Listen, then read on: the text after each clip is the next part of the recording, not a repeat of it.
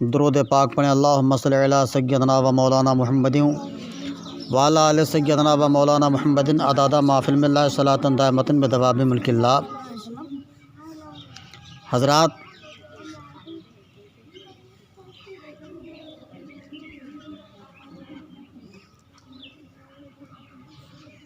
جو مسجد میں دنیا کی باتیں کرے، اللہ رب العزت اس کے 40 برس کے نیک عمل اکارت یعنی برباد فرما دے گا۔ مدارک شریف میں ہے کہ رحمت عالم نور مجسم صلی اللہ علیہ وسلم کا فرمان معظم ہے، مسجد میں دنیا کی باتیں کرنا نیکیوں کو اس طرح کھا جاتا ہے جس طرح چوپایا گھاس کو کھا جاتا ہے۔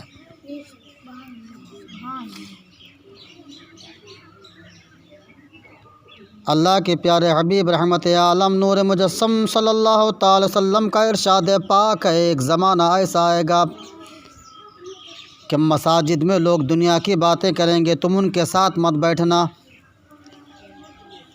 کیونکہ ان کو اللہ رب العزت سے کچھ کام نہیں ہے۔ ہاں، معتکف ضرور دنیا کی باتیں مسجد میں کر سکتا ہے۔ اللہ کے پیارے حبیب رحمت عالم نور مجسم صلی اللہ علیہ وسلم کا ارشاد عبرت ناک ہے کہ مسجد میں ہنسنا قبر میں اندھیرا لاتا ہے۔ جب مسجد میں ہنسنے کا یہ حال ہے تو وہاں پر قہقہہ لگانے کا کیا وبال ہوگا۔ ہاں، مسجد میں ضرورتاً مسکرانا منع نہیں ہے، مسکرانے کی تعریف یہ ہے کہ اس طرح ہنسنا کہ دانت ظاہر ہو جائیں مگر آواز نہ نکلے۔ ہنسنے کی تعریف یہ ہے کہ اتنی آواز سے ہنسنا کہ خود اپنی آواز سنی، اور قہقہہ یعنی اتنی آواز سے ہنسنا کہ دوسرا ہوتا وہ بھی سن لیتا۔ مسجد کے علاوہ بھی سرکار مدینہ نے کبھی قہقہہ نہیں لگایا۔ تو میرے پیارے بھائیو، جہاں مسجد میں دنیا کی باتیں وغیرہ کرنے پر سخت وعیدیں آئی ہیں، وہیں مسجد کے آداب بجا لانے والوں کے لیے عظیم الشان بشارتیں بھی ہیں۔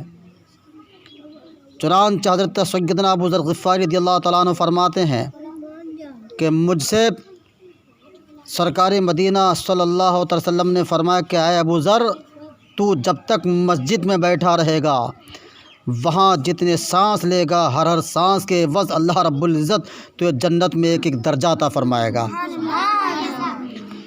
ملائکہ تجھ پر درود پاک بھیجتے رہیں گے اور ہر سانس کے بدلے تیرے لیے 10 نیکیاں لکھی جائیں گی اور تیرے 10 گناہ مٹا دیے جائیں گے۔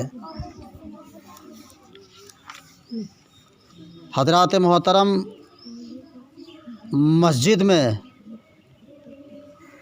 صفائی کرنے کا کتنا بڑا ثواب ہے۔ مسجد کی صفائی کے سلسلے میں دونوں عالم کے مالک و مختار کا فرمان عالی شان ہے کہ جس نے مسجد سے مٹھی بھر گرد و غبار نکال دیا، اس کا ثواب میزان عمل میں جبل احد کے برابر ہوگا۔ اور ابن ماجہ کی روایت میں ہے کہ اللہ کے پیارے حبیب رحمت عالم نور مجسم صلی اللہ علیہ وسلم کا فرمان انشان ہے کہ جو مسجد سے تکلیف دہ چیز نکالے گا، اللہ رب العزت اس کے لیے جنت میں گھر بنائے گا۔ آپ تو آپ رہے، ہم تو ہم رہے، خلیفہ دوئم حضرت عمر فاروق اعظم رضی اللہ تعالیٰ عنہ کو کون نہیں جانتا؟ وہ عمر فاروق اعظم جن کا نام سن کر کے شیطان کانپ جاتا ہے، وہ عمر فاروق اعظم رضی اللہ تعالیٰ عنہ کہ مسجد میں صفائی کے انتظامات ہونے کے باوجود بھی، جھاڑو کپڑا ہونے کے باوجود بھی، عشق دیکھیں حضرت عمر فاروق اعظم رضی اللہ تعالیٰ عنہ کا، اپنے بدن مبارک سے کرتا اتارتے ہیں، مسجد کی صفائی کرنا شروع کر دیتے ہیں۔ سبحان اللہ، یہ عشق تھا حضرت عمر فاروق اعظم رضی اللہ تعالیٰ عنہ کا۔ تو حضرات محترم، وہ لوگ بڑے خوش قسمت ہیں جو مسجد کا صفائی کا خیال رکھتے ہیں۔ اللہ کے پیارے حبیب کا فرمان عالی شان ہے، جو اللہ کے لیے مسجد بناتا ہے تو اللہ رب العزت اس کے لیے جنت میں گھر بناتا ہے۔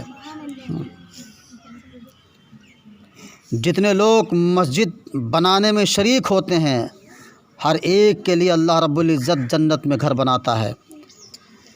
جیسا کہ جب کسی غلام کو آزاد کرنے میں کئی لوگ شریک ہوں تو سب کو دوزخ سے رہائی ملتی ہے۔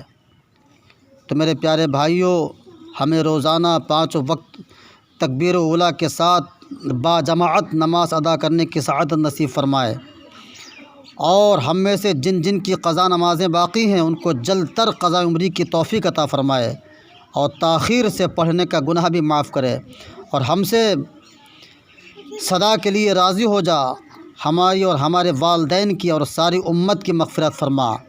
تو میرے پیارے بھائیوں، ہم لوگ جب بھی مسجد میں داخل ہوا کریں، خدا کا خوف دل میں پیدا کریں، اور جتنی دیر مسجد میں بیٹھے رہیں عبادت کرتے رہیں، عبادت سے فارغ ہوں درود و سلام پڑھتے رہیں، کلمہ کلام پڑھتے رہیں، ذکر و اذکار کرتے رہیں، قرآن کی تلاوت کرتے رہیں۔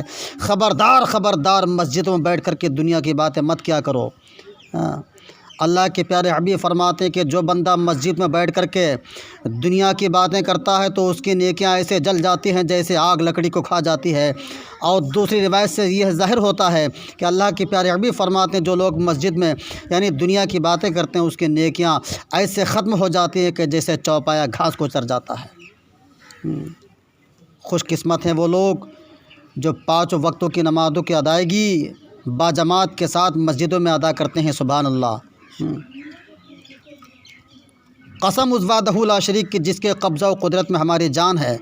اللہ ارشاد فرماتا ہے کہ جو میرا بندہ اپنے فریضہ کو ادا کرتا ہے، نماز پنجگانہ اہتمام کے ساتھ میں پڑھتا ہے، جماعت کے ساتھ میں پڑھتا ہے، اور میری بارگاہ میں اپنے گناہوں پر شرمندہ ہو کر توبہ استغفار کرتا ہے، تو مجھے اپنی عزت و جلال کی قسم میرا بندہ اگرچہ اس کے سمندر کے جھاگ کے برابر گناہ کیوں نہ اللہ فرماتا ہے میں اس کے صدق دل سے جب بندہ توبہ کر تو میں اس کے سمندر بھر کے جھاگ کے جسے گناہوں کو معاف کر دیتا ہوں۔ سبحان اللہ۔ اللہ ہم سب کو نیک عمل کرنے کی توفیق و رفیق عطا فرمائے، مسجدوں کا آداب بجانے کی اللہ ہم سب کو توفیق عطا فرمائے۔